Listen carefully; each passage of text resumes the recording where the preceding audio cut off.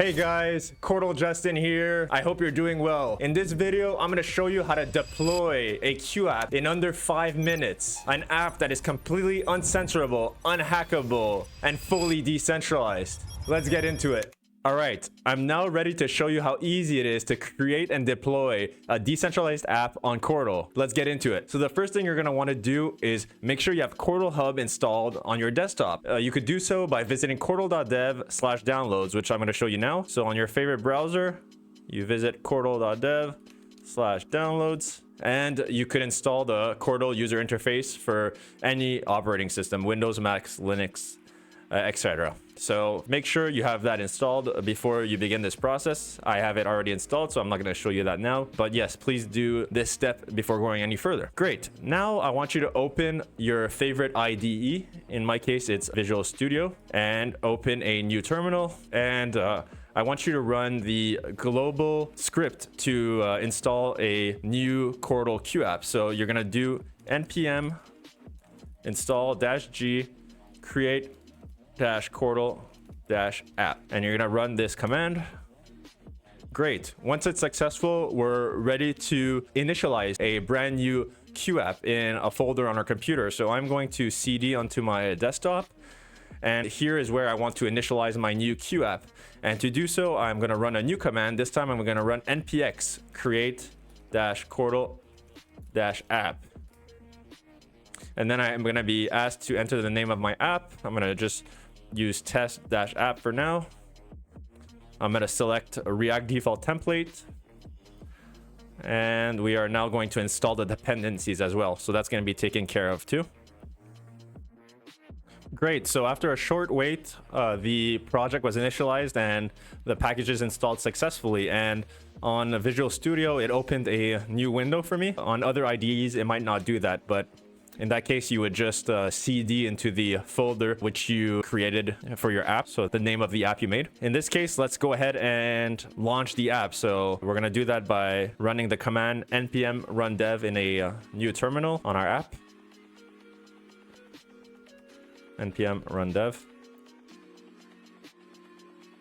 Great. So we see now that it's running on port 5173. Now we're going to go ahead and go into Qortal Hub, which you should have installed in step 1, right? And we're going to go see if we're able to run this app within Qortal Hub dev mode. So to do that, open Qortal Hub, go ahead and visit the settings cog icon in the right-hand navbar, and then toggle enable dev mode. Close it. And then a new icon should appear in the left navbar for dev mode. So I want you to click that and then click on server here and then enter the port. So in our case, our port was 5173, and then we click add. And if everything goes well, we should see the app being launched in the Qortal Hub user interface, which should happen at any moment now. Great. So welcome to Qortal Bester, which is the name of my account on Qortal. This application is using the dark theme. So we know that we were able to run our app successfully locally on Qortal Hub. So let's visit VSC once again. And I am going to go ahead and visit app.tsx. That's the first thing we're going to want to do. And for this short tutorial, I want to show you 2 features. The first one being to show a balance, so your own user's balance. That's the first feature. And the second one, to send QORT. So to send some QORT from our account to another person's account. So those are the 2 features I want to show you right now. So I'm going to go ahead and remove all this boilerplate code over here. And for the first feature, I'm going to create a simple typography. I'm using Material UI. You could use whichever style components you want to use. And I'm going to go ahead and put balance here. And to fetch the user's balance, we have to use a custom hook. And I'm going to be deconstructing value out of that. Excuse me. Use QORT balance. That's the name of the hook, which I have to import. And once we have our value deconstructed, we could go ahead and place that within the typography and save.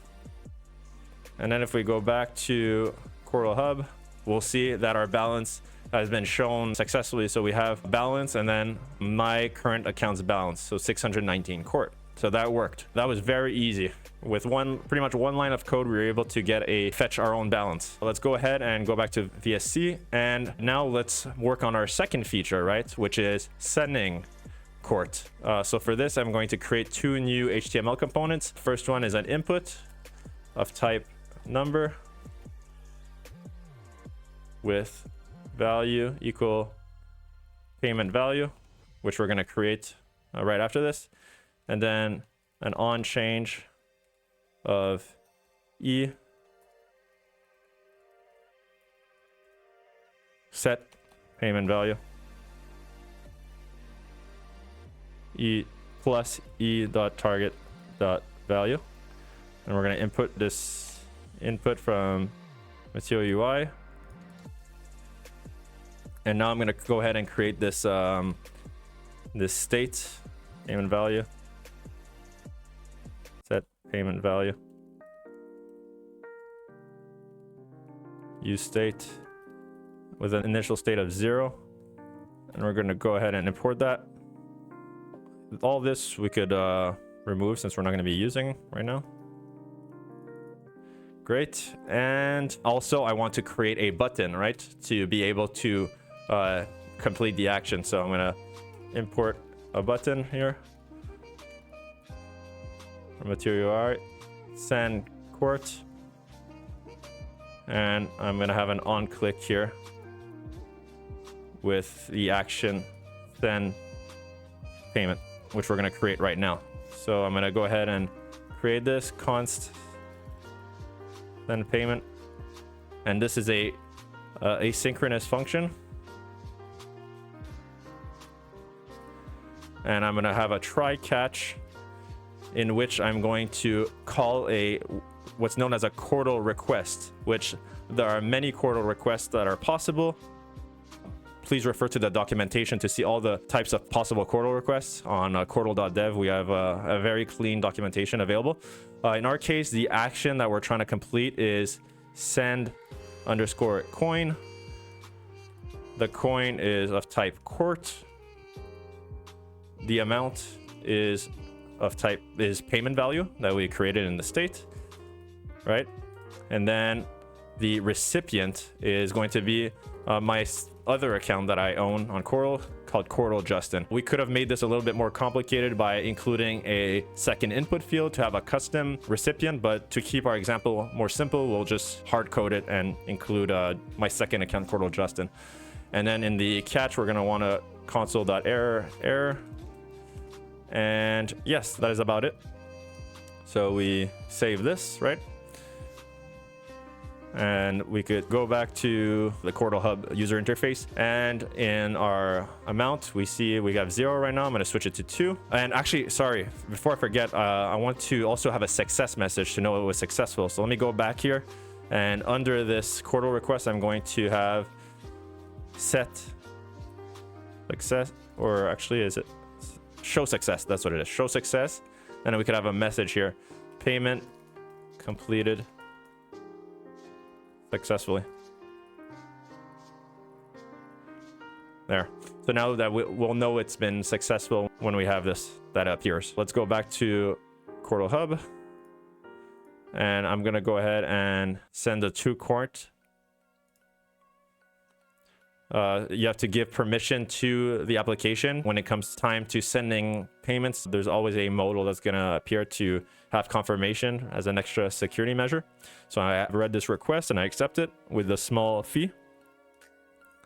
And there you go, payment completed successfully. We've just sent some QORT, once again using very, very little code. I mean, how many lines is it? It's one function and one state in React and 2 input fields, of course.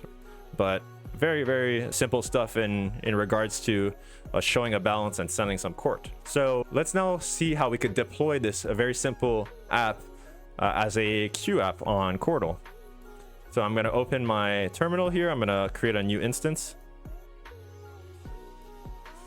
and I'm going to npm run build the app.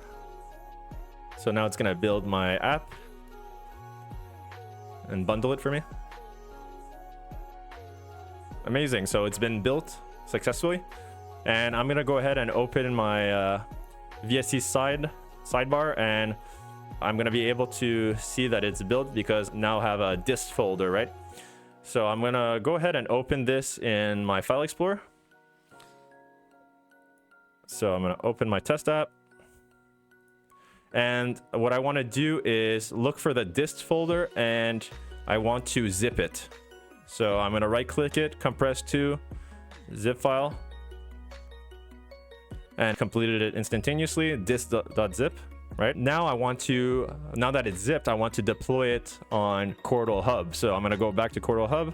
Well, first of all, you first need to visit the apps section. So leave the dev mode, go to apps, go to library, and here you might not have update your app. You might have create your app, especially if this is the first time you're doing this. Since I've already done this, it is saying update your app here. For you, it might be a little different. So I'm going to click update. I'm going to select the name of my app. So Bester in my case. Title, I'm going to name it test title. Test description. Category is Qortal. There it is. And then I'm going to choose that zip file that we just completed on our desktop, test app. And there it is, dist.zip. So I'm going to choose that file. I'm going to publish it with a small transaction fee of 0.01 QORT. I accept. And currently it is publishing, so we must wait.